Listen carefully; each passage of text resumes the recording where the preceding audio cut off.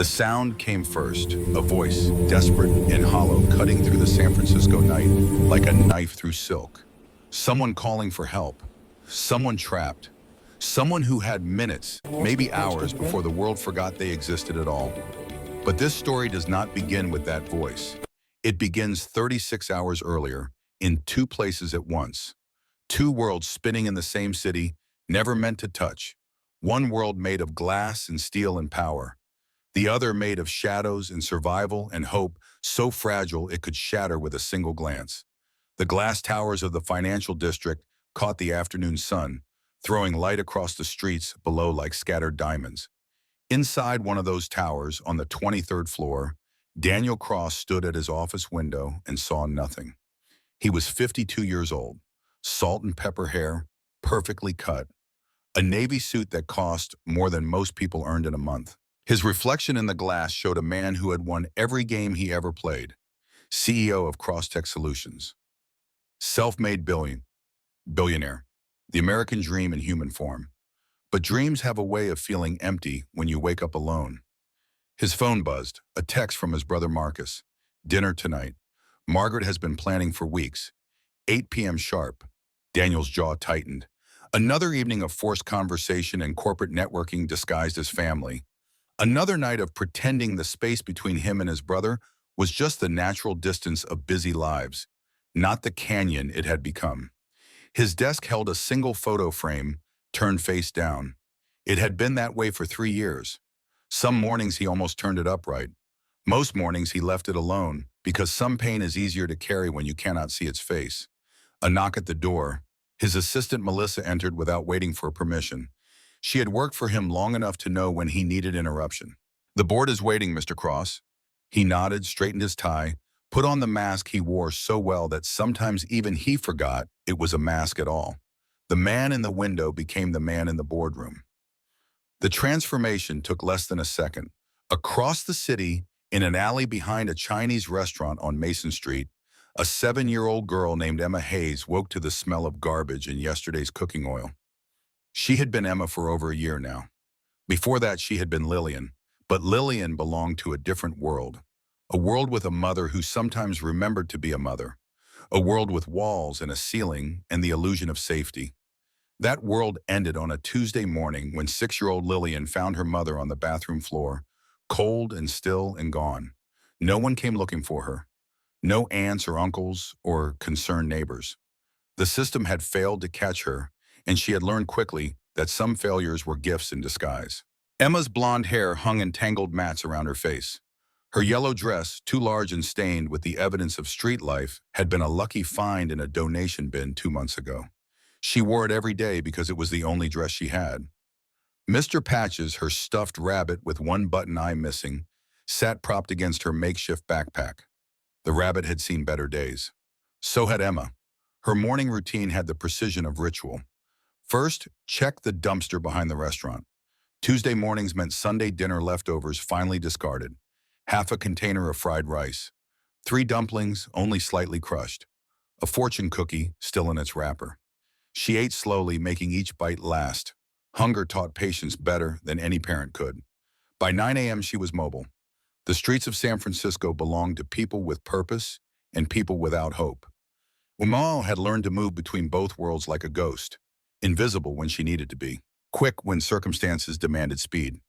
Near the Crosstech building, she found a bench, still warm from someone else's brief rest. The security guards knew her by sight now. She had maybe 5 minutes before one of them came to shoo her away. She looked up at the glass tower, 23 floors of ambition and achievement. Somewhere up there, people made decisions that changed the world. Down here, Emma made decisions about which alley offered the safest sleep. The man from the glass building walked past her bench. She had seen him before. Always alone.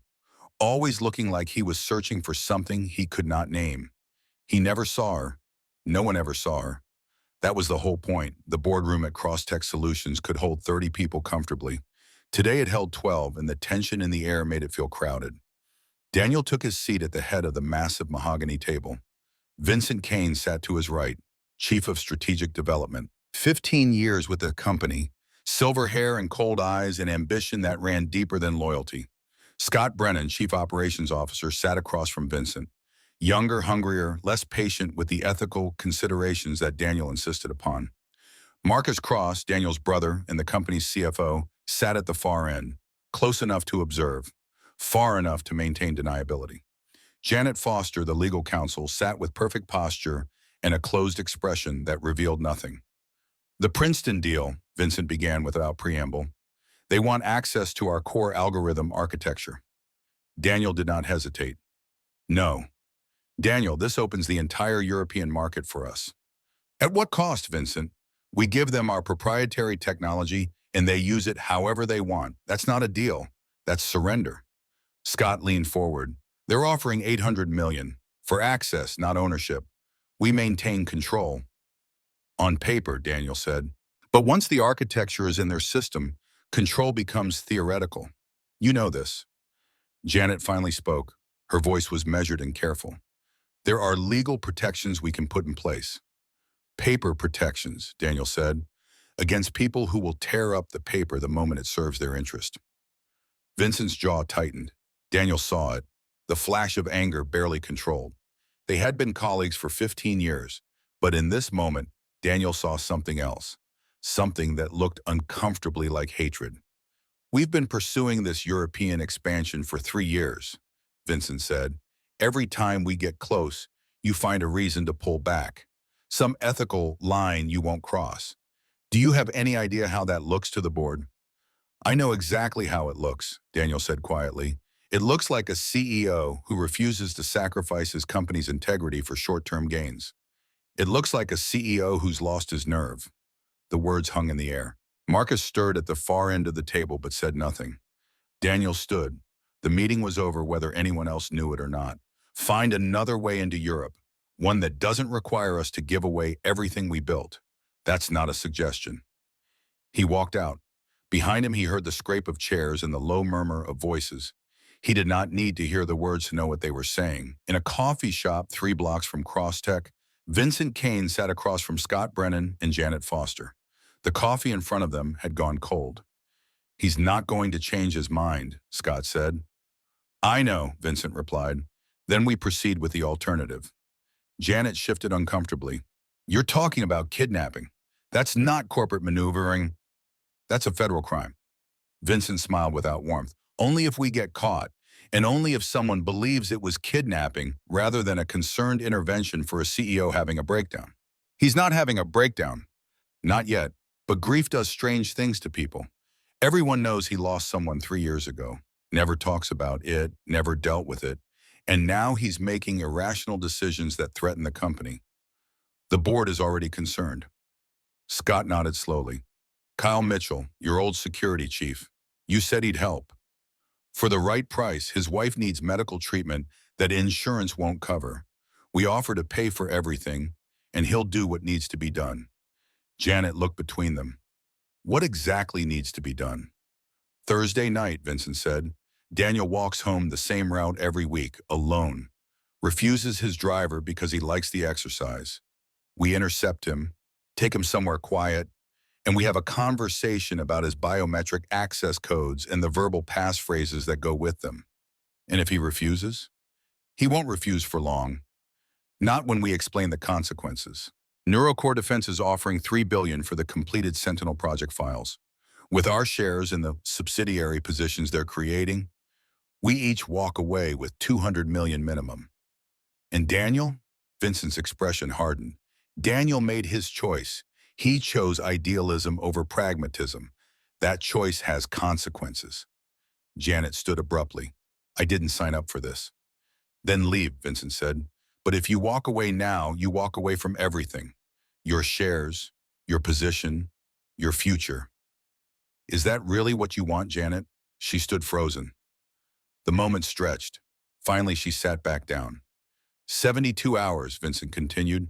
That's all we have. Neurocore finalizes their board vote Friday at midnight. If we don't deliver the codes by then, the deal evaporates. $3 billion disappears. Our shares become worthless. And we've spent 15 years building this company for nothing. He pulled out his phone and made a call. After 2 rings, someone answered. Kyle, it's Vincent. Are we still on for Thursday? A pause. Good. Remember, nothing permanent. We just need him cooperative. Sedatives, not violence. Can you do that? Another pause. Perfect. I'll text you the location. He hung up, looked at Scott and Janet. Thursday night, everything changes. Emma found her spot for the evening in an abandoned building on Fletcher Street. The structure had been slated for demolition for 2 years, but bureaucracy moved slower than rust. She squeezed through a gap in the boarded entrance. Inside, the musty darkness pressed against her like a physical thing. But darkness was safe. Darkness meant alone, and alone meant no one could hurt you. She spread her thin blanket in a corner where the roof did not leak. Mr. Patches went beside her, pillow of bundled clothes. The half sandwich she had saved from morning went into her lap. She ate slowly, making it last. Outside, the city hummed with its evening rhythm, cars and voices, and the endless motion of people who had places to be. Emma had nowhere to be, and in a strange way, that was its own kind of freedom. She was almost asleep when she heard the voices, male voices, adult voices, speaking in urgent, hushed tones just outside the building. Security system is bypassed. We have 45 minutes before it resets. And you're sure he'll come? He always walks this route on Thursdays. Creature of habit. Emma's survival instincts kicked in immediately. She became absolutely still, breathing shallow, eyes wide in the darkness. Through a crack in the boarded window, she could see 3 shapes in the alley. Men in business suits.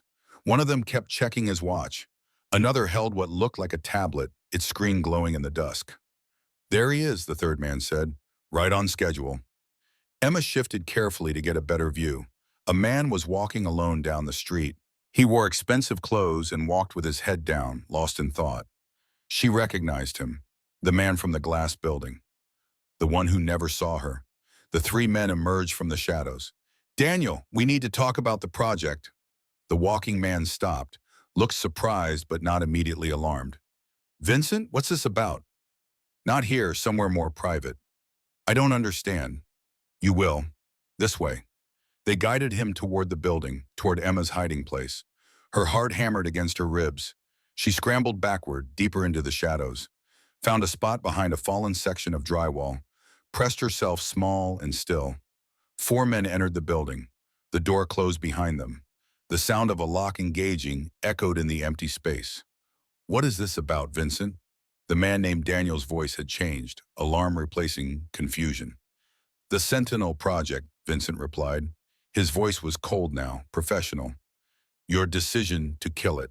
That was a mistake, Daniel. The project was unethical. Autonomous weapon systems that could make kill decisions without human oversight. I wasn't going to be part of that. You already were part of it. We all were. We spent 3 years developing that technology. 3 years and $200 million in research. And you shut it down because you suddenly discovered a conscience. Emma watched through a gap in the drywall. She could see them now in the dim light filtering through the boarded windows. The man named Daniel, the 3 others surrounding him. This is kidnapping, Daniel said quietly. This is a business negotiation that got aggressive, Vincent replied. Kyle. The third man stepped forward. He held a syringe. Daniel tried to back away, but the other 2 grabbed his arms. This will make you cooperative, Kyle said. His voice sounded different from the others, reluctant, sad, almost. You don't have to do this, Daniel said. He was fighting now, but they were stronger. I'm sorry, Kyle said, and he meant it. Emma could hear it in his voice. But my wife needs treatment and they're paying for it. I don't have a choice. We always have a choice. Not when someone you love is dying. The needle went into Daniel's arm. He struggled for another few seconds. Then his movement slowed. His eyes stayed open but unfocused. They zip-tied his hands and ankles, propped him against a wall. Set up the laptop, Vincent said. We need his fingerprints, retinal scan, and the verbal passcodes. The neurocore deal closes in 72 hours. We're not leaving until we have what we need. Emma's breathing had stopped without her realizing it. Her lungs burned. She forced herself to take shallow, silent breaths. This was bad. This was very bad. The man named Kyle began a systematic search of the ground floor. His flashlight beam cut through the darkness. Emma pressed herself flatter against the wall. The light swept toward her hiding place. Closer, closer, it found her. Kyle's flashlight stopped on her face. She saw his expression change. Surprise, then something else. Recognition, maybe. He had a daughter's face in his mind, and for a moment, he saw his own child hiding in the dark. "Find anything?" Vincent called from across the room. Kyle's light stayed on Emma's face. The moment stretched. 10 seconds, 20. Finally, he lowered the flashlight. Nothing, just rats and trash. But before he turned away, he raised a finger to his lips. The universal gesture of silence. Their eyes met. An understanding passed between them. He walked back to the others. Building secure. Emma stayed frozen. Her heart felt like it would burst through her chest. The man named Kyle had seen her. He had looked right at her, and he had lied to protect her.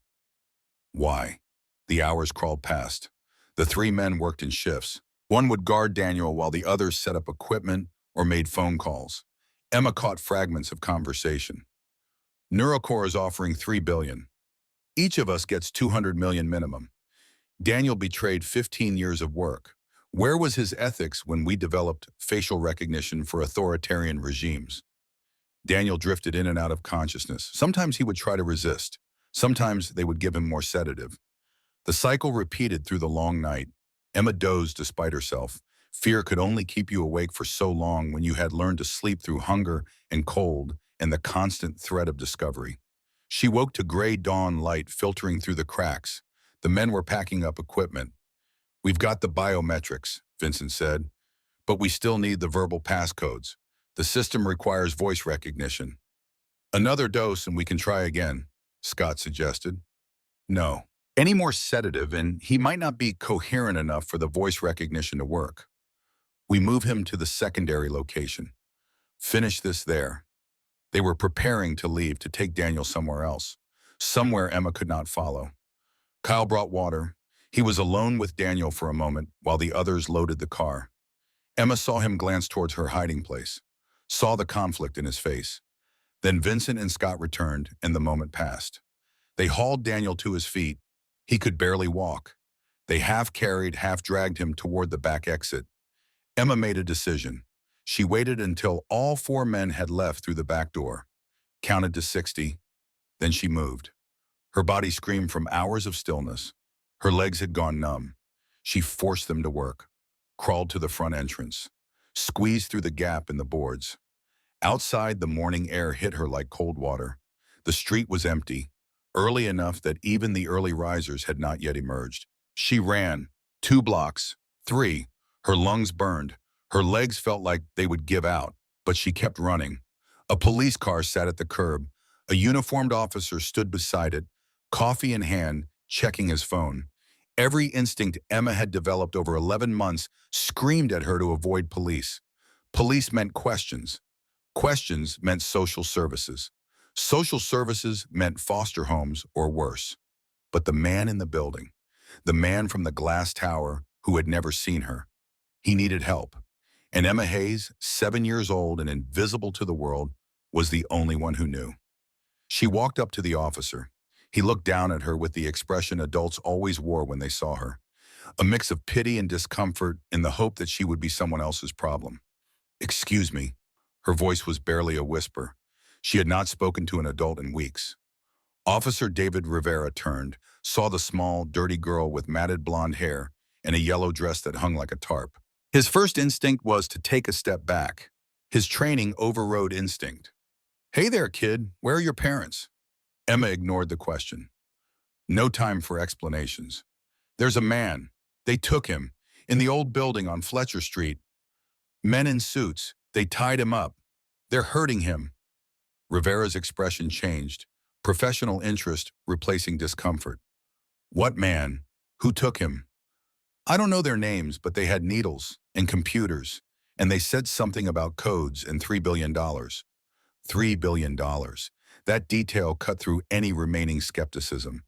A homeless child did not make up numbers like that. Rivera pulled out his radio.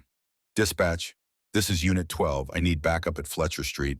Abandoned building, brown brick, boarded windows, possible kidnapping in progress." The radio crackled. Unit 12, can you confirm source of information? Rivera looked at Emma. She looked back. Her eyes held more understanding of the world's cruelty than any 7-year-old should possess. Source is credible, he said. Send backup, now.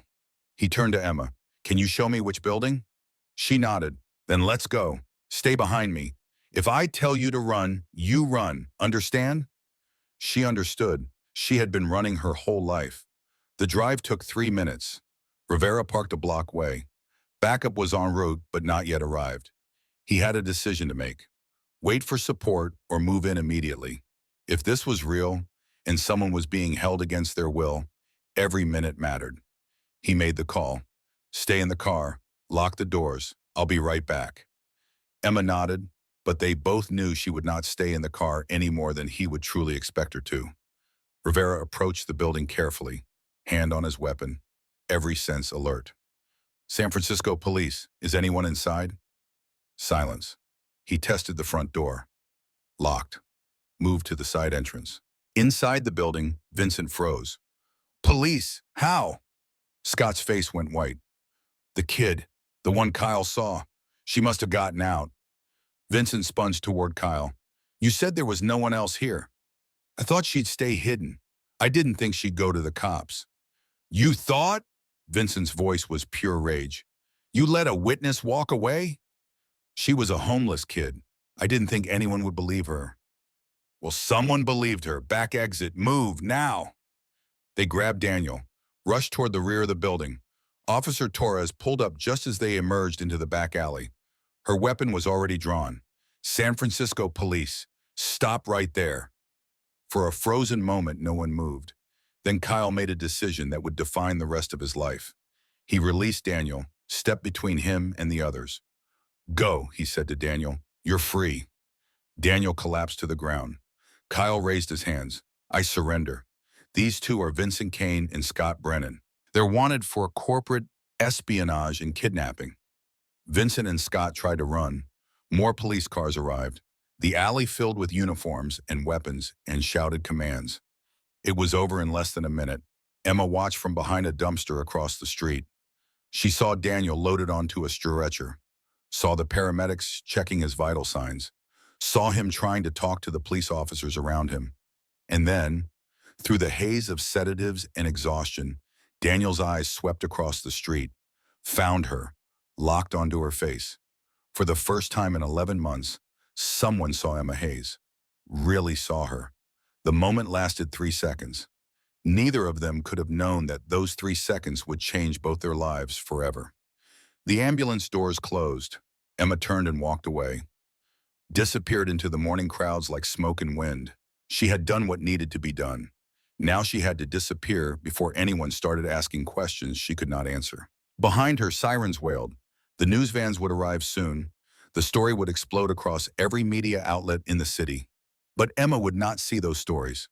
She would be invisible again, safe in her shadows. She did not know that Daniel Cross had seen her face, did not know that he would spend every resource at his disposal searching for her, did not know that the man from the glass building had finally seen the girl on the street, and that seeing her had awakened something in him he thought had died 3 years ago.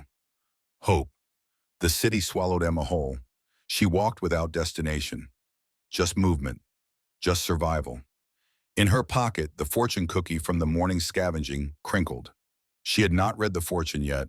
She pulled it out, broke open the cookie. The small slip of paper read, "Your courage today will change tomorrow." Emma almost laughed. Fortune cookies were just silly things, random words that meant nothing. She dropped the paper and kept walking. Behind her, the paper caught in a gust of wind, lifted into the air, spun away into the San Francisco morning. The city breathed. The sun climbed higher, and somewhere in the glass towers of the financial district, a board meeting was being hastily rearranged to address the catastrophic news that 3 senior executives had just been arrested for kidnapping the CEO. Emma did not know about board meetings, did not know about stock prices or corporate crises or the tsunami of consequences that would ripple out from this single morning. She only knew that she was hungry and tired, and that the abandoned building was no longer safe. She would have to find somewhere else to sleep tonight. That was tomorrow's problem. Today's problem was finding food and staying invisible. She had been good at that for 11 months. She would be good at it for 11 more if she had to. Emma Hayes walked deeper into the city, and behind her, the story she had just written with her courage began to unfold in ways no one could have predicted. In a hospital room across town, Daniel Cross fought through the fog of sedatives. His first clear thought was not about the kidnapping, not about the betrayal of men he had trusted for 15 years, not about the company or the crisis or the legal battles that would surely follow. His first clear thought was about the small face he had seen behind the dumpster, the girl with blonde, matted hair and eyes that had seen too much. She had saved him, and he did not even know her name. That would change. Everything would change. The wheels were already turning. The search had already begun. But for now, in this moment, there was only a man waking to the truth that his life had been saved by someone whose society had rendered invisible, and a girl walking alone through streets that cared nothing for her existence. Two worlds that had collided in violence and fear and unexpected courage. Two worlds that would never be separate again. The story had begun. The hospital room smelled of antiseptic and artificial flowers. Daniel Cross opened his eyes to fluorescent lights and the rhythmic beep of monitoring equipment. His head felt stuffed with cotton. His mouth tasted like copper and regret. A woman sat in a chair beside his bed, Detective Lisa Monroe, mid-40s, with the kind of tired eyes that had seen too many crimes and not enough justice. She held a notepad but had not written anything yet. "Mr. Cross, welcome back." Daniel tried to sit up. His body protested. Everything hurt in ways that suggested the sedatives had been stronger than he remembered. "How long?" 6 hours since we brought you in. The doctors wanted you under observation. You had enough pharmaceutical cocktail in your system to drop a horse." Memory crashed back in fragments. The alley. Vincent's cold voice. Kyle's apologetic eyes. The needle. The hours of drifting in and out of consciousness while they tried to extract codes he refused to give. Vincent Kane, Scott Brennan, where are they? In custody, along with Kyle Mitchell. All three facing federal kidnapping charges. Janet Foster, your legal counsel, is also under investigation. Phone records show she was aware of the plot. Daniel's shock registered. Janet, too? She wasn't at the scene, so charges are complicated. But yes, she's been placed on administrative leave pending investigation. We also found evidence of corporate espionage and conspiracy to commit fraud. The FBI is involved now. This is bigger than a simple kidnapping. Daniel processed this. His company. 15 years of building something that mattered, and 3 men he trusted had tried to burn it all down for money. They wanted the Sentinel project codes when he said, "We know." They were quite talkative once we explained the charges they were facing. Mr. Mitchell especially, he seems genuinely remorseful. "He should be." Monroe leaned forward. "Mr. Cross, I need to ask you something. How did we know where to find you?" Daniel's brow furrowed. "I assumed you tracked my phone or my brother reported me missing. Your phone was destroyed and your brother didn't know you were missing until we contacted him. We found you because someone reported it. A witness." "Who?" Monroe pulled out her tablet, tapped the screen, turned it to face Daniel. The image was grainy, a still frame from a body camera, a small figure, blonde hair in tangles, a yellow dress too large for her frame, eyes that looked ancient in a child's face. Daniel stared. The memory surfaced. The moment on the stretcher. The brief glimpse of someone watching from behind a dumpster. He had thought it was a hallucination, a trick of the sedatives. "Who is she?" "We don't know. Officer Rivera spoke with her.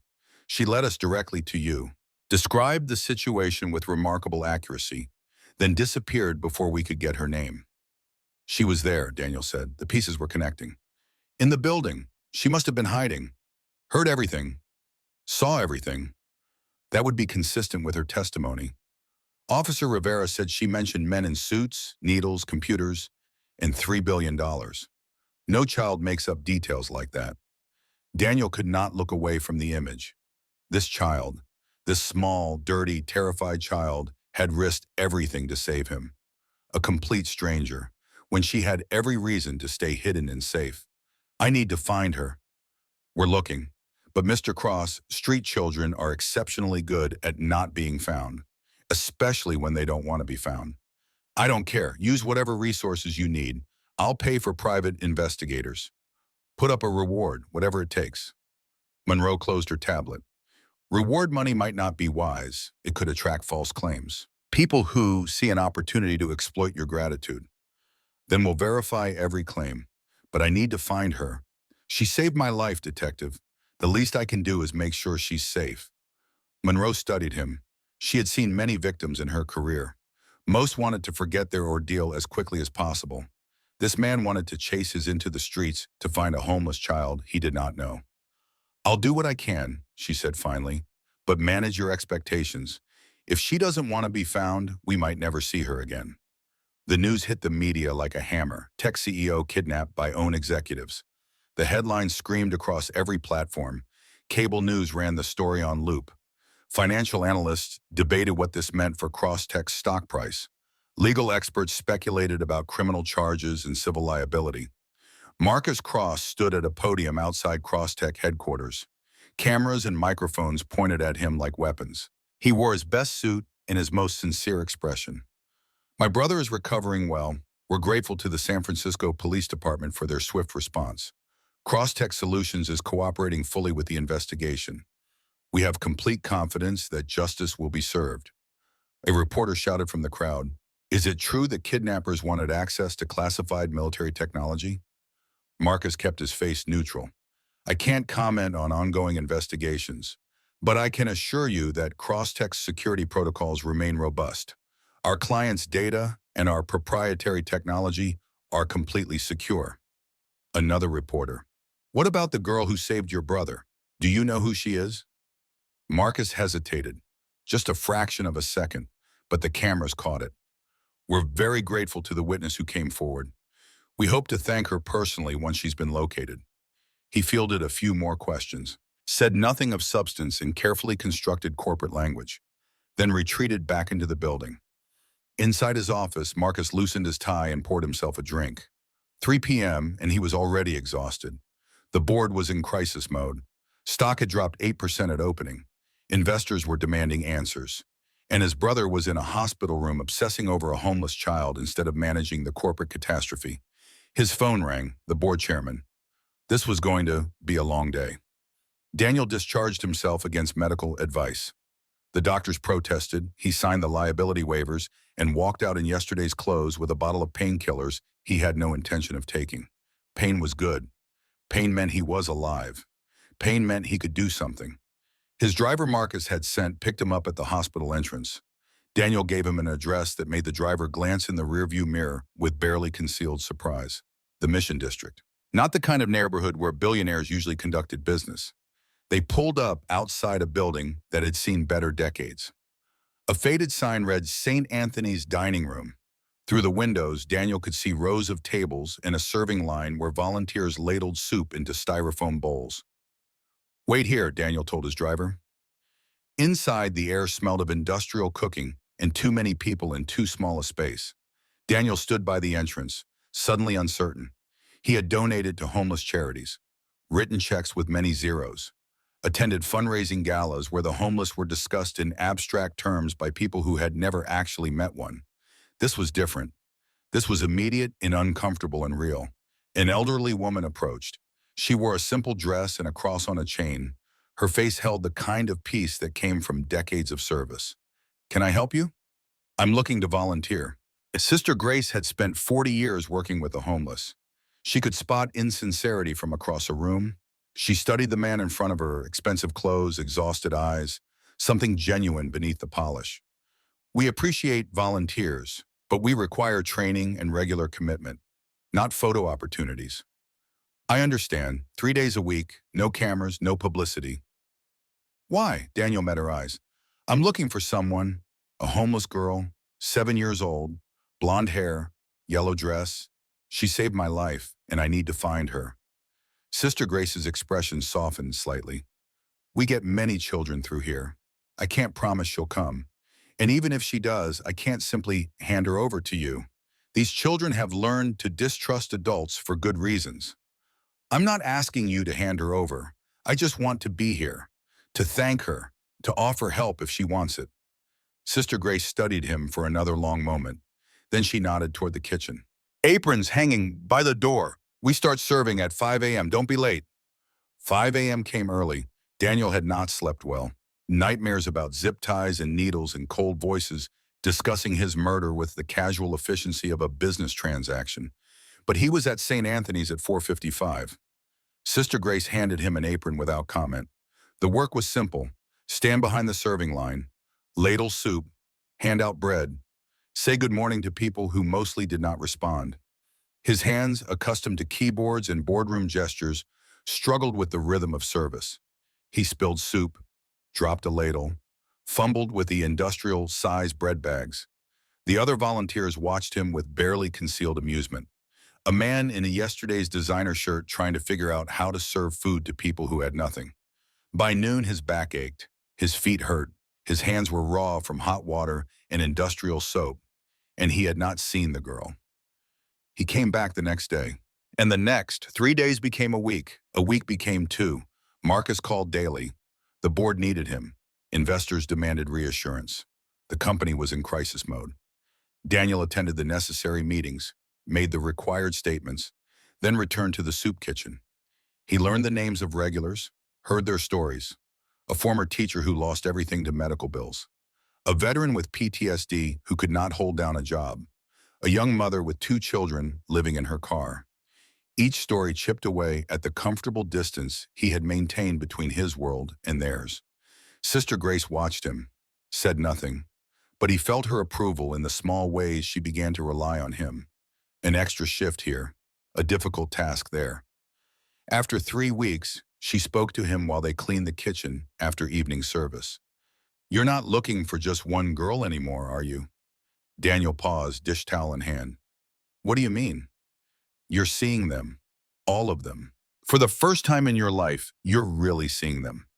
She was right. He had looked past homeless people his entire life. They were part of the urban landscape, present but not perceived, problems to be solved by someone else with better expertise. Now he saw faces, individual human beings with names and histories and dignity that poverty could diminish, but not destroy. What if she never comes here, he asked. Then maybe you're here for a different reason. Maybe God needed you to see something, learn something. Daniel did not consider himself religious, but standing in that industrial kitchen with pruned hands and an aching back, he thought perhaps Sister Grace was right. What if, she continued, instead of finding one child, you created something that could help many children, including her, when she's ready? The idea took root. That night, Daniel could not sleep, but this time it was not nightmares keeping him awake. It was possibility he researched. Youth homelessness statistics, existing shelter systems, why children avoided them, the gaps in services, the failures of good intentions. By morning, he had the outline of something, not fully formed, but taking shape, a different kind of shelter, one that met children where they were instead of demanding they fit into existing systems. No mandatory reporting to social services unless the child consented. No requirement to provide identification or background. No police presence unless specifically requested. Just safety, food, medical care, education, all available without preconditions. A place where a terrified 7-year-old girl might actually feel safe enough to come inside. The conference room at Crosstech held a different kind of tension now. The board had stabilized somewhat. Stock was recovering. The FBI investigation was proceeding. Life was returning to something resembling normal. Daniel stood at the head of the table. Marcus sat at the far end. Between them, an ocean of unspoken resentment. I'm establishing a new foundation, Daniel began, focused on youth homelessness, specifically creating shelters that operate outside traditional system constraints. Eleanor Jennings, the foundation director, looked confused. We already donate to several homeless charities. This is different. I want to build something new. Shelters where children can access services without being forced into systems they fear. No mandatory reporting unless there's immediate danger or the child consents. No identification required. No background checks. Alan Peterson, the legal counsel, frowned. That skirts several legal requirements for child welfare. Then find a legal framework that works. Structure it as a research pilot program, a study of alternative approaches, whatever it takes. But I want the first location operational within 30 days. 30 days? Eleanor looked incredulous. The permitting alone will take months.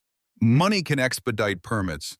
I'm prepared to allocate whatever resources are necessary. Marcus cleared his throat. Daniel, can we speak privately? The room emptied. Brothers faced each other across the mahogany table. This obsession with one homeless child needs to stop, Marcus said. She saved my life. Then donate to a homeless charity in her name. Send them a generous check and move on. The company needs you focused.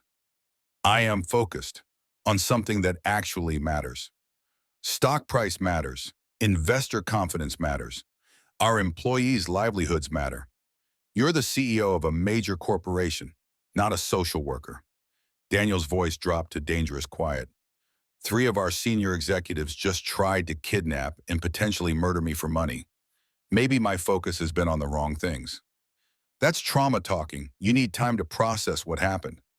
I've had 3 weeks. I've processed it fine. What I learned is that building a bigger company means nothing if I'm not building a better world. Philosophy is a luxury you can afford after you've secured the company's future.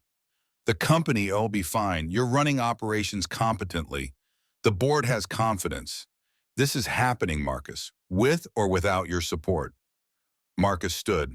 Then prepare for the board to question your fitness as CEO, because this is not the behavior of a stable leader. He walked out. The door closed with a sound like a period ending a sentence. Daniel stood alone in the boardroom. Through the window, he could see the city. Somewhere out there, a 7-year-old girl was trying to survive another day. He picked up his phone, called his assistant. Melissa, I need you to schedule meetings with city planning, the mayor's office, and our real estate division. I'm buying a building in the Mission District, and I need it ready for occupancy in 30 days. 30 days, Mr. Cross? 30 days, whatever it costs. Make it happen. He hung up, looked at the photo on his desk, the one he kept face down for 3 years. Sarah smiled back at him, frozen in time, forever 29, lost to him in a car accident that took her in seconds. He had buried himself in work after she died, built the company larger, made more money, proved to the universe that he could succeed at something even if he could not save the person he loved most. But success without purpose was just expensive emptiness. Maybe this was his chance to build something that mattered. Not just technology, not just profits, something human. Emma watched from across the street as the building transformed. She had been careful to avoid the Mission District since the rescue, afraid someone might recognize her, afraid the police would come with questions she could not answer, afraid of hope. But hunger drove her back to familiar territory. And there on a corner she had passed 100 times, something new was happening. The old Victorian house that had been empty for years was alive with construction workers. Scaffolding wrapped its facade. New windows replaced broken ones. Fresh paint covered decades of neglect. A sign appeared one morning. Emma's Haven. She stared at the words. Her name. The name Officer Rivera had called her. Someone had named a building after her. The thought was so enormous she could not hold it in her mind all at once. It kept escaping like water through her fingers. Word spread through the invisible network of street children. A new shelter, different from the others. No cops, no forced social workers, just food and beds and safety. Some kids were skeptical. Adults always had hidden agendas. Safety always came with conditions. But others were desperate enough to try. Emma watched the first children go inside, saw them come back out hours later, fed, clean, unharmed. She wanted to go inside, wanted to feel safe, wanted to stop running and hiding and fearing every shadow. But something held her back, some instinct deeper than hunger. Inside that building was the man from the glass tower. She had seen his picture in discarded newspapers, read about the kidnapping and rescue, learned his name. Daniel Cross, billionaire, CEO, someone so far removed from her world, they might as well be different species. What would he want with her? Why would someone like that look for someone like her? Adults did not help children without wanting something in return. That was the first lesson the streets taught. But children kept going into Emma's haven, and they kept coming out safe. Maybe. Maybe this one time. She almost went inside a dozen times, got as close as the front steps. Then her courage failed and she retreated. Not yet. Not today. Tomorrow, perhaps. The opening night of Emma's haven passed in controlled chaos. Daniel insisted on being present, despite Dr. Sarah Chen's gentle protests. Your presence might intimidate the very children we're trying to reach. Many of them will recognize you from the news. Then I'll observe from the office, through the one-way window. But I need to be here. Dr. Chen, hired specifically for her expertise in childhood trauma, nodded. She understood obsession born of guilt and gratitude. She had seen it before in parents who had failed their children and spent the rest of their lives trying to make amends with different children. 7 p.m. The first arrival was a boy of about 10, wary, ready to run. The intake volunteer, trained extensively for this moment, did not ask questions, just offered food and a safe place to sleep. The boy stayed. By midnight, 14 children had come through the doors, ages 8 to 17, each with a story written in the way they held themselves, each deserving better than the streets had given them. Daniel watched from behind the glass. Each child felt like an indictment and an opportunity, an indictment of a society that allowed children to fall through every safety net, an opportunity to catch at least some of them before they fell too far. But none of them was the girl with blonde hair and a yellow dress. Dr. Chen found him still watching at 2 a.m. Mr. Cross, you should go home. Get some rest. What if she comes tonight? Then she'll be here tomorrow, and the day after, and whenever she's ready. Daniel nodded but did not move. Dr. Chen left him alone with his vigil. At 4 a.m., he finally went home. His penthouse felt even emptier than usual. The spaces between furniture seemed to echo with absence. He fell asleep on the couch, too exhausted to make it to the bedroom. His phone woke him at 7. Marcus. We need to talk, now. It's 7 a.m. I'm aware. Check your email, then call me back. Daniel opened his laptop. The email from Marcus contained a link to a tabloid article. Tech billionaire's charity case. The troubled past of Daniel Cross's street urchin. His blood went cold. The article contained details that should have been sealed. Information about a mother named Angela Hayes, history of drug abuse, arrests, unknown paternity. Worst of all, a recent photo, grainy but clear enough, a small blonde girl entering a building. Emma's Haven, based on the sign partially visible in the frame. Her face was visible, recognizable. Daniel's hand shook as he scrolled through the article. Someone had leaked sealed records, someone with access to the legal investigation. His phone rang. Marcus. Where did this come from? Daniel demanded. We're investigating. Someone in the legal chain had access to sealed juvenile records. They leaked to the tabloid. For money, presumably. This will terrify her. She'll think she's in danger. She'll go deeper into hiding. Daniel, there's something else. The board is concerned. This article suggests you're having some kind of breakdown. Obsessing over a street child. Launching questionable shelters. They're questioning your judgment. Let them question. They can do more than question. There's already talk of calling for a vote on your fitness as CEO. Daniel closed his eyes. The company he had built from nothing, the life's work he had sacrificed everything for, potentially lost because he chose humanity over corporate image. Sarah's face appeared in his mind, not from the photo, from memory, real and alive and challenging him with that look she got when he was making excuses for doing less than he was capable of. Do the right thing, that look said, even when it costs you everything. Let them vote, Daniel said. I'm not stopping. That girl saved my life when she had absolutely nothing to gain and everything to lose. I will not abandon her now because it's politically inconvenient. You could lose everything. I already lost everything 3 years ago. This is just money and power. Those things are easy to replace. Some things aren't. Marcus was silent for a long moment. I'll do what I can to manage the board. But Daniel, you need to be prepared for the possibility that they'll remove you. I'm prepared. He hung up, stared at the article, at the photo of Emma approaching his shelter. She had been so close, right there. If he had been watching at that moment, If he had been at the window instead of in his office, he had missed her. And now this article had blown her cover, made her visible in the worst possible way. She would run, she would disappear, and he might never find her. Daniel Cross, master of technology and business strategy, sat in his penthouse and felt utterly powerless. Somewhere in the city, Emma Hayes was waking up to a new day, and she had no idea that her face was now plastered across the internet. No idea that her brief moment of courage had made her famous in ways that would terrify her. The search had just become exponentially harder, but Daniel had learned something in 3 weeks of serving soup and hearing stories and seeing faces instead of problems. He had learned patience and perseverance, and the value of showing up every day even when success seemed impossible.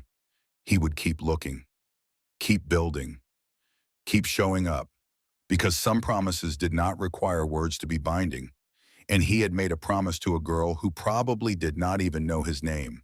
He would find her, help her, give her the safety she deserved, however long it took. The city woke around him. Traffic began its morning symphony. People rushed to choose in appointments in lives that would unfold in predictable patterns. Daniel stood at his window and looked down at the streets 23 floors below. Somewhere down there, a 7-year-old girl was trying to survive another day. He had more resources than most people could imagine. Money, connections, technology, power. But what he needed most was something none of those things could buy. He needed her to trust him. And trust, he was learning, could not be purchased or demanded or engineered.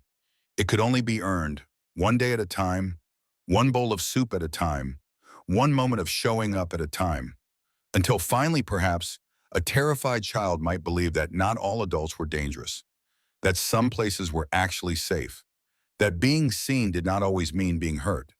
Daniel Cross had built an empire on ambition and intelligence and ruthless focus. Now he would build something more important. He would build a home for a child who had none, even if it cost him everything else in the process.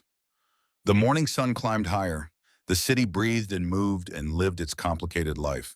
And in the spaces between buildings, in the shadows where society did not look, a small blonde girl in a yellow dress made her careful way through another day of survival, not knowing that someone was looking for her, not knowing that someone had built a sanctuary with her name on it, not knowing that her courage had planted a seed that would grow into something larger than she could imagine. Not yet, but soon. 3 months after the rescue, Emma found a discarded newspaper behind a coffee shop in Dolores Park. She had moved territories after the tabloid article appeared. Instinct told her the Mission District was too dangerous now. Too many people looking, too many questions. The newspaper was 2 days old. Rain had blurred some of the ink, but one headline remained clear enough to read: Emma's Haven Shelters expand to third location. Below the headline, a photo showed a Victorian building with children entering through wide doors. The article described a revolutionary approach to youth homelessness. No mandatory reporting, no forced integration into systems that terrified vulnerable children. Just safety and care offered without conditions. Emma read slowly. Her reading had improved from scavenging magazines and signs, but long articles still challenged her. She focused on the important words. Daniel Cross, the name appeared several times. Tech billionaire, former kidnapping victim, now dedicating resources to helping homeless children. A smaller photo showed him serving food at what looked like a soup kitchen. He wore jeans and a simple shirt. His face looked different from the man she remembered from the abandoned building. Softer, more human. The article mentioned that the shelters were named after the girl who had saved Cross's life, a girl who had never been found despite extensive searching. Emma stared at the words until they blurred. Named after her. Buildings with her name. People looking for her not to punish, but to thank. The concept felt impossible. Adults did not thank children. Adults used children or ignored them or hurt them. Those were the only options Emma knew. But the children in the photo looked fed, clean, safe. Maybe. Maybe this one time things were different. She folded the newspaper carefully, put it in her backpack next to Mr. Patch's, the evidence of impossible possibility. That night she could not sleep. Hunger gnawed at her stomach. Cold seeped through her thin blanket. But more than physical discomfort, something else kept her awake: hope. Hope was dangerous. Hope made you vulnerable. Hope led to disappointment and pain. But hope also whispered that maybe, just maybe, being invisible was not the only way to survive. It took Emma another week to gather courage. 7 days of watching the Tenderloin location of Emma's Haven from across the street. 7 days of seeing children enter and exit. 7 days of no police cars or social workers dragging kids away in handcuffs. On the eighth day, as evening fell and street lights began to glow, Emma made her decision. She crossed the street. The building looked warm. Light spilled from windows onto the sidewalk. Through the glass doors, she could see a reception area. Simple furniture, soft colors, nothing institutional or threatening. Her hand touched the door handle. Her heart hammered so hard she thought it might break through her ribs. She pushed the door open. Warm air embraced her immediately. The smell of food, real food, soup and bread and something sweet she could not identify. A young woman looked up from a desk. She had kind eyes and did not recoil at Emma's appearance, did not wrinkle her nose at the smell of unwashed child and street dirt. "Hi, sweetie. First time here?" Emma nodded. Her voice had disappeared, swallowed by fear and hope in equal measure. "That's okay. You don't have to talk if you don't want to. Are you hungry?" Another nod. "Come with me. Kitchen's still open." The woman stood slowly, non-threatening, giving Emma space to run if instinct demanded it. They walked through a hallway, walls painted in warm earth tones, photos of children smiling. Not the fake stage smiles of advertisements, but real smiles, genuine joy captured in frozen moments. The dining area held several tables. Only two were occupied. A teenage boy eating alone, two younger girls sharing a table and whispering.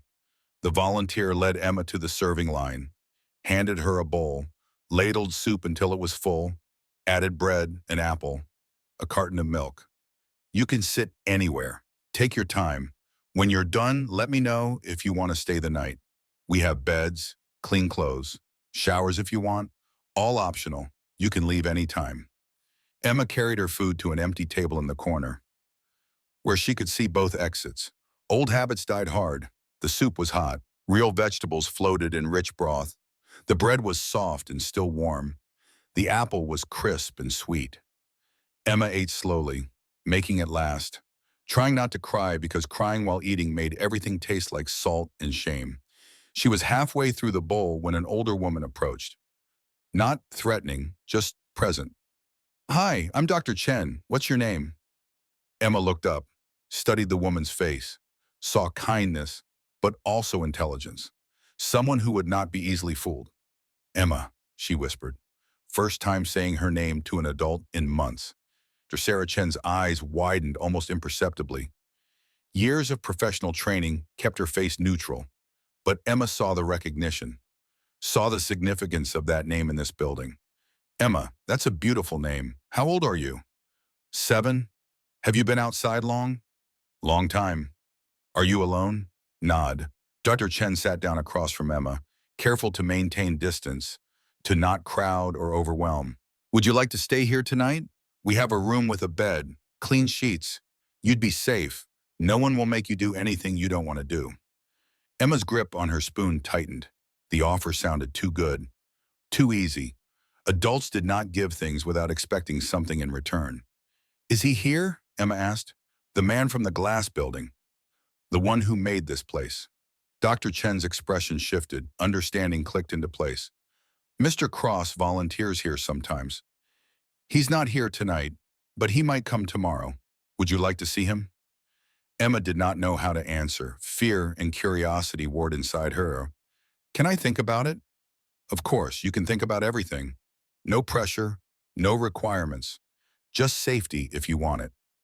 Emma finished her soup, the bread, the apple, drank the milk slowly. "Okay," she said finally. "I'll stay tonight." Dr. Chen's smile was genuine. "I'm glad. Let me show you where you'll sleep." The bedroom was small but clean. A real bed with sheets and a pillow. A window with curtains. A small lamp on a nightstand. Emma stood in the doorway, afraid to enter. Afraid this was a trick. Afraid she would wake up back on the street and this would have been a dream. "It's yours for the night," Dr. Chen said. "Bathroom is down the hall if you want to shower. Clean clothes in the dresser. But only if you want. You can sleep in what you are wearing if that makes you feel safer. She left Emma alone. Emma sat on the edge of the bed. The mattress was soft, softer than anything she had felt in a year. She lay down slowly, tested the pillow, pulled the blanket up to her chin. Mr. Patches sat on the nightstand, watching over her with his one-button eye. For the first time in 11 months, Emma felt something close to safe. She was asleep in minutes. Daniel's phone rang at 11 p.m. Dr. Chen's number. Mr. Cross, I believe you should come to the Tenderloin location as soon as possible. His heart stopped. Is it? I can't confirm over the phone, but small blonde girl, approximately 7, yellow dress, stuffed rabbit missing one eye. She asked if this was the place the man from the glass building made. Daniel was already grabbing his keys. I'm coming. Don't let her leave. Daniel, Dr. Chen's voice was firm, professional. You need to be careful. This child is severely traumatized. Your reaction could help or harm her. Let me introduce you as a volunteer. Don't mention recognizing her. Let her control the interaction. Daniel forced himself to breathe, to think, to remember that this was about Emma's needs, not his own gratitude or guilt. Tell me what to do. Come to the staff entrance. I'll brief you before you meet her. And Daniel, manage your expectations. She's here tonight, but she might run tomorrow or the next day. Trust takes time. I understand. I'm not sure you do, but we'll do our best. He drove through empty streets at speeds that would have earned tickets if any police had been watching. The city at night was a different creature, quieter, more honest in its emptiness. The Tenderloin location sat on a corner that had seen decades of human struggle, but inside light glowed warm against the darkness. Dr. Chen met him at the staff entrance. She looked tired but satisfied. She's asleep, has been for 3 hours. Deep sleep, the kind that comes when you finally feel safe enough to let your guard down. Can I see her? Not tonight, tomorrow morning. Let her wake naturally, have breakfast, get oriented. Then I'll introduce you as one of our volunteers. Daniel wanted to argue, wanted to rush to whatever room held the child who had saved him, wanted to see with his own eyes that she was real and safe. But Dr. Chen was right. This was not about him. Okay, tomorrow. What time should I be here? 8 a.m. Breakfast service starts at 7:30. Come help in the kitchen. Be present, but not overwhelming. Let her see you as a person, not as the billionaire from the news. Daniel nodded. Thank you for everything. Thank me by being patient. She's here, that's a victory. Everything else takes time. He drove home but could not sleep. Lay in bed watching the ceiling and thinking about the small face he had glimpsed behind a dumpster 3 months ago. Tomorrow he would finally meet her properly. Thank her. Begin to repay an impossible debt, if she did not run first. Emma woke to sunlight filtering through curtains. For a confused moment she did not know where she was. Then memory returned. The shelter, the soup, the bed. She was still here, still safe. She sat up slowly, listened. Voices downstairs, the clatter of dishes, normal sounds of a building full of people. Clean clothes were folded on the dresser as promised. Jeans that would fit, a soft blue shirt, socks, even underwear still in packaging. The bathroom down this hall held a shower. Emma stood under hot water for 15 minutes, watching dirt and grime swirl down the drain, using shampoo that smelled like flowers, feeling human for the first time in months. When she emerged dressed in clean clothes with her hair wet and combed, she almost did not recognize herself in the mirror. She looked like a child, not a street survivor, just a 7-year-old girl. The thought was terrifying and wonderful in equal measure. Downstairs, the dining room held a dozen children, eating pancakes and fruit, drinking juice, talking in quiet voices. The volunteer from last night smiled at her. Good morning, Emma. Hungry? Always hungry. But Emma just nodded. A plate appeared. Pancakes with syrup, scrambled eggs, toast, more food than she usually saw in a day.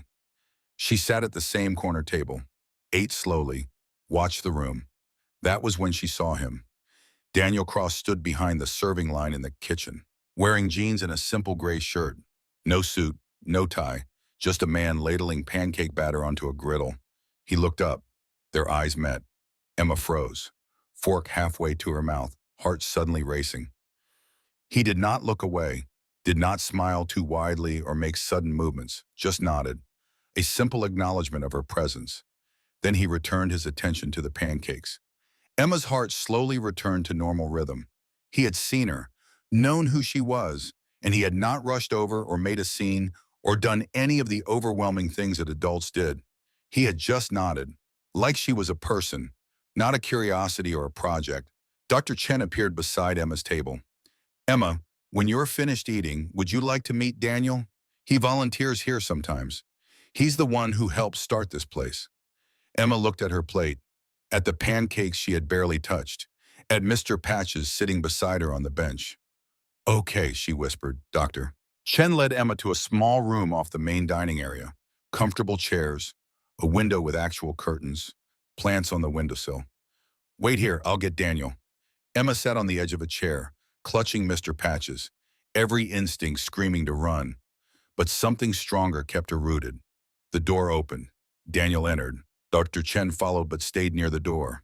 Daniel sat in the chair across from Emma, not too close, giving her space. Hello, he said. His voice was gentle, the kind of gentle that came from practice, not performance. Emma said nothing, studied him. This man from the glass building, this man who had been tied up and hurt and still somehow built buildings with her name on them. I'm Daniel, he continued. Dr. Chen said your name is Emma. Small nod. That's a beautiful name. Silence stretched, but it was not uncomfortable. Just two people existing in the same space, learning each other's edges. Finally, Daniel spoke again. I know you. From the building where those men took me. Emma's grip on Mr. Patches tightened. You're the brave girl who got help. She found her voice, small but clear. They said no one would believe me. But you did it anyway. You saved my life. Emma looked down. I didn't know if I should. You were a stranger, but you looked scared, and they were hurting you. Daniel's eyes glistened, but he did not cry. You made the right choice. Those men were trying to make me do something dangerous, something that could hurt a lot of people. You stopped them. Emma processed this. She had understood fragments that night, codes and billions of dollars and threats, but not the full picture. Is that why you made these places? The Emma's Havens? Yes, I wanted to find you, to thank you, and to make sure you were safe. But also, he paused, choosing words carefully. I wanted to help other children too, children like you who need somewhere safe. Why? The question was so direct, so pure. Daniel took a moment to answer. Because you helped me when you had absolutely nothing to gain. You were alone and scared, and you still chose to do the right thing. That kind of courage deserves recognition and protection. Emma studied his face, looking for the lie, the angle, the hidden price. She saw only sincerity. Those men, she said quietly, the ones who took you, are they going to hurt me? For telling. Daniel leaned forward slightly, voice absolutely firm. No, they're in prison. They can't hurt anyone now, not you, not me, not anyone. Visible relief flooded Emma's small face. For 3 months she had carried that fear. The weight of it had pressed her into smaller and smaller hiding places. So I'm safe? You're safe. The words hung in the air. Emma wanted to believe them so badly it hurt. Can I stay here, she asked. Not forever, just for a little while. You can stay as long as you want. Days, weeks, months, whatever you need. Dr. Upan. Chen spoke from near the door. Emma, would you like to stay here at the shelter? Or we can arrange for you to stay at Mr. Cross's home if you'd feel more comfortable. But only if you want. No pressure. Emma looked between them. The offer seemed too large, too generous. I don't know you, she said to Daniel. I saw you that one night, but I don't know you. You're absolutely right, so here's what I propose. You stay here at the shelter. I'll visit sometimes. We'll talk, play games, read books, whatever you want. And when you're ready, if you're ready, we can talk about other options. But there's no rush, no expectations. You control this, okay? Emma nodded slowly. The terms felt safe, manageable. Okay, Daniel smiled, a real smile. relief and joy in something like peace. Thank you, Emma, for saving me, for giving me a chance to know you, for being brave when you had every reason to hide. Emma ducked her head, embarrassed by praise, by attention, by the sheer force of this man's gratitude. I just did what seemed right, she mumbled. That, Daniel said quietly, is what makes it extraordinary. Days became weeks. Emma stayed at the shelter. Daniel visited 3 times a week, always announced, always giving her the choice to see him or not. Slowly, carefully, trust began to build. They talked about small things at first, favorite colors, foods, simple preferences that had no weight or consequence. Then deeper things. Emma shared fragments of her life before homelessness. Her mother, the apartment in Portland, the morning she found her mother bold and still. Daniel shared too, about Sarah, the woman in the photo he kept face down for 3 years. A car accident, grief that swallowed everything. They discovered common ground in loss. Different losses, different circumstances, but the same hollow ache of absence. One afternoon in the shelter's small garden, Emma asked the question that had been growing inside her. Why do some people have so much when others have nothing? Daniel considered the question seriously, treating it with the philosophical weight it deserved. That's complicated. Some of it's about where people are born, what opportunities they have. Some is about choices, but a lot is about systems that aren't fair, that value some people more than others. Emima nodded thoughtfully. You have a lot. I do. Did you work hard for it? Yes, but I also had advantages. Education, people who believed in me, some luck. I worked hard, but lots of people work hard and stay poor. I work hard too, Emma said, to survive, but I don't have a lot. Her observation, delivered without self-pity or accusation, struck Daniel like a physical blow. That's why I think people who have more should help people who have less, to make things more fair. Emma smiled, a rare, genuine smile. Is that why you made the Havens? Partly, but mostly I made them because of you. Because you showed me how brave one person can be, even when they have nothing. After 3 months at the shelter, Emma finally trusted Dr. Chen enough to share her full story. My real name is Lillian Grace Hayes, but everyone called me Emma. My mom was Angela Hayes. We lived in Portland before we came here. I was little then. She described the morning she found her mother. The fear, the flight, the year on the streets learning to survive. Dr. Chen listened without judgment, took notes, thanked Emma for trusting her. This information allowed Daniel's legal team to search records. They found a birth certificate, a death certificate for Angela Hayes, no father listed, no other family. Emma had fallen through every crack in a system designed to catch children like her. Alan Peterson, Daniel's attorney, delivered the news with cautious optimism. This actually simplifies things legally. Documented evidence that her only known parent is deceased, no record of other family. We have a clear path for guardianship. Daniel felt a complex storm of emotions, grief for Emma's loss, anger at the system, hope for the future. That evening, he approached the subject with Emma in the shelter's garden. Emma, you've been here for a while now. Do you like it? She nodded. It's nice, safe, good food. What if there was another place you could live? A permanent home? Alarm flashed across Emma's face. Foster care? No, I was thinking something different. What if you came to live with me? In my home? Emma stared, processing. Why would you want that? The question cut through pretense, required honesty. Because I care about you. Because I want to make sure you're safe and happy. That you have everything you need to grow up strong and healthy and free. Would I have to call you Dad? Daniel shook his head quickly. No, you can call me Daniel. We'd start just like we are now, friends. The only difference would be where you sleep, where you eat. Oh, and maybe, over time, if we both wanted, we could become family. But no rush, no pressure. Emma looked at the vegetables growing in the garden, small plants pushing through soil towards sun. Can I think about it? Take all the time you need. 2 days later, Emma found Daniel in the kitchen during breakfast service. I talked to Dr. Chen about your idea. Daniel set down the ladle he was holding, gave her his full attention. And? I think I'd like to try. Maybe just for a visit first, to see your home, then maybe stay a night. Then we'd see. Daniel's heart swelled, but he kept his voice calm. That sounds very sensible. We could start this weekend. You could see the apartment, the room that would be yours. And if you like it, maybe you stay Saturday night. Then come back here Sunday. We take it slow. Okay, okay. They smiled at each other, a shared understanding. This was the beginning of something. What exactly, neither could name. But it felt like possibility. 6 months after their first meeting, the legal process reached its culmination. Judge Patricia Hoffman's chambers in the family court building held all the people whose decisions would determine Emma's future.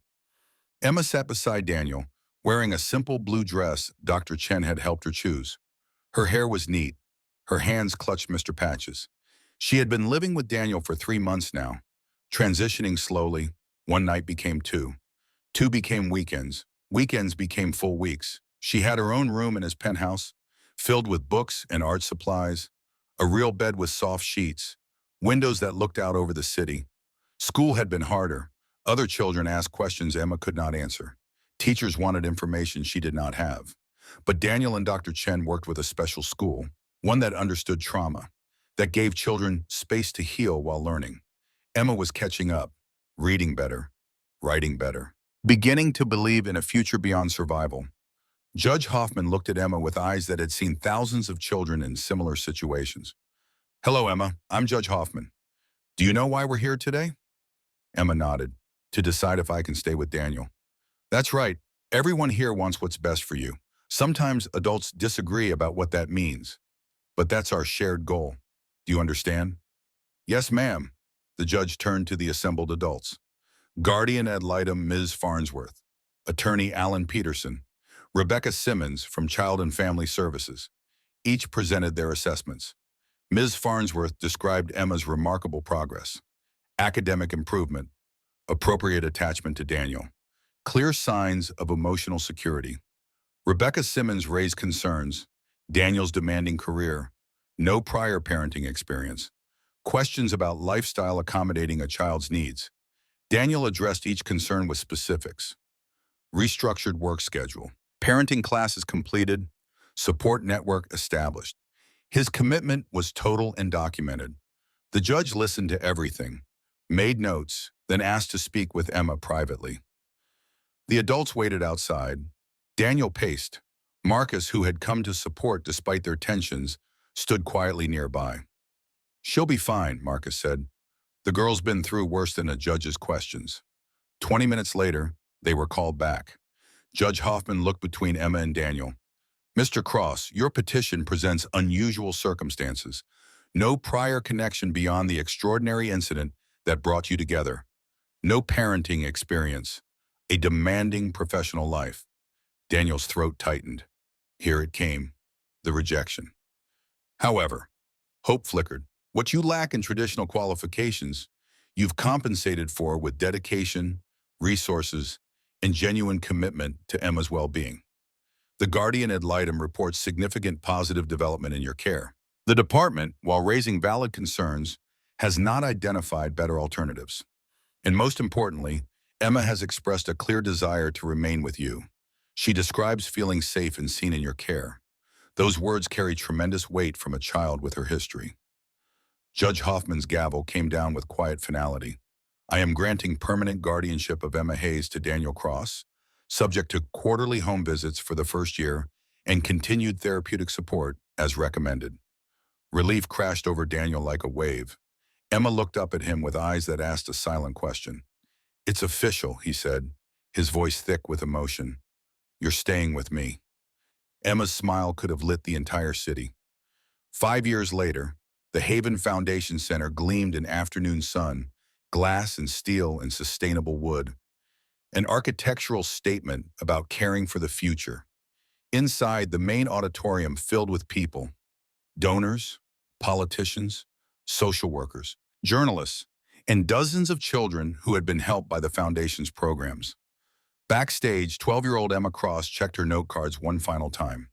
Her blonde hair, now healthy and styled in a neat bob, caught the light. She wore a navy blazer over a white shirt. Professional, but still herself. Daniel stood beside her, salt and pepper hair, now more silver than not. The years had been kind, but demanding. Nervous? He asked. A little, that's a lot of people. You've done this before. Not for something this important. A stage manager appeared. 5 minutes, Mr. Cross. Miss Cross. Emma looked up at Daniel. Ready? Ready. You? Ready, Dad. The words still carried weight, still felt precious. In 5 years, they had built something neither could have imagined that morning in the abandoned building. Not just a family, a foundation, a movement, a belief that every child deserved to be seen. The announcer called their names. They walked onto the stage together, father and daughter, bound not by blood but by something stronger, choice and courage and mutual respect. Daniel spoke first, described the journey, the kidnapping, the rescue, the girl who saved him and showed him what mattered. Statistics followed. 15,000 children served across 25 cities, 83% in stable housing within 6 months, 91% in school or educational programs. Then he introduced Emma. She stepped to the microphone, looked out at hundreds of faces. 5 years ago, I was invisible, she began, her voice clear and strong, living in an abandoned building, searching through trash for food, hiding from everyone. I was 7 years old and I thought I would be invisible forever. She paused, let the words land. The night I heard someone calling for help, my first instinct was to stay hidden. That's how I survived, by never being seen. But something about those cries made me take a risk I'd never taken before, to believe that I could make a difference, that my actions mattered. She talked about the Haven Foundation, the programs, the belief that every child had value regardless of circumstances. I was lucky. I found one person who saw me completely, who was willing to change his life to give me a home. Not every child will have that exact path, but every child deserves a system that values them, resources that support them, adults who believe in them. Her voice strengthened. That's what this building represents. Not just headquarters for a foundation, but a promise to see every child, to hear them, to stand beside them, to tell them they matter, that being invisible is not their only option. Standing ovation, thunderous and sustained. Emma stepped back. Daniel joined her, put his arm around her shoulders. We did this together, she whispered. Yes, he agreed, we did. That evening at home, Daniel found Emma in the living room. She held a framed photo, two faces smiling back at her. Who's that? Emma asked. She knew but wanted to hear him say it. Hura, someone very important, my partner. She died 5 years before I met you. Do you still miss her? Every day, but it's different now, less sharp, more like remembering something beautiful that's gone. Emma studied the photo. I think she would be proud of you. Daniel's voice caught. I hope so. I'm proud of you, Dad. He pulled her into a hug. This child who had been invisible, who had saved him in more ways than she knew, who had taught him that success meant nothing without purpose, that wealth without compassion was just expensive emptiness. Marcus appeared in the doorway. He and Daniel had rebuilt their relationship slowly. The corporate tensions remained, but family had proven stronger. The car's ready, dinner reservation in 20 minutes. They were celebrating. Not just the foundation opening, but 5 years of becoming family. Emma ran to get her jacket. Marcus and Daniel stood in the living room.